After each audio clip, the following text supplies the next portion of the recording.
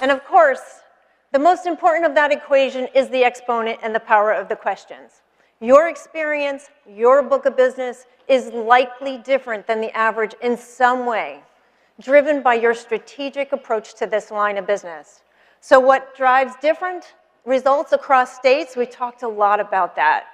We must start with the design of the system, as each state-based workers' compensation system has a similar infrastructure, including compensability standards and thresholds, benefit provisions, waiting periods and retrospective periods, and cost containment measures such as the medical fee schedules or treatment guidelines.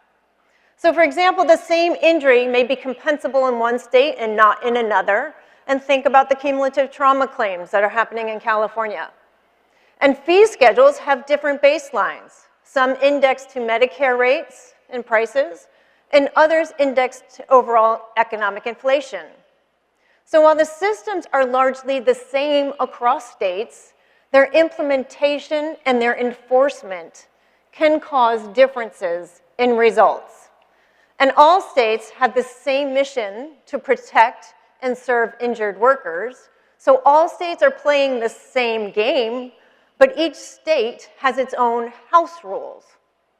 We could be here for hours on this topic alone, but let's move on. States also operate within a unique environment, starting with demographics in both population makeup and the workforce characteristics. And connecting back to what you heard yesterday, Patrick told us about the population and the workforce trends that will impact workers' compensation over the next decade. And overall population growth has slowed and is expected to continue. And this will put increased pressure on states that have already been experiencing population declines and bring new challenges to states that have been used to experiencing population increases. So additionally, both Patrick and Paul talked about the workforce aging. In the next decade, we'll see a growing number of workers over 65 years old, while the number of workers under 25 is shrinking. And this has implications for frequency and severity and will influence the types of injuries that we'll see in the future. So states also have unique economies, including the industry mix and composition of employers. And Stephen highlighted two more differences: economic growth and variation in labor market growth.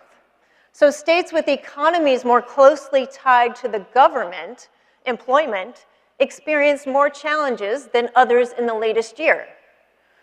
And let's get into medical systems. State healthcare systems can vary, whether it's in the level of care, the types of services that are provided, access to care, as well as other factors. The same injury in one state can have a higher or lower medical costs, different treatment patterns, and possibly different outcomes. So what Raji showed us yesterday may surprise you. The higher levels of medical utilization within a state doesn't automatically mean faster time to claim closure or time to maximum medical improvement. In fact, he showed us that state medical systems must also contend with demographic and economic variables that influence the outcomes of claims. All the things we've been talking about.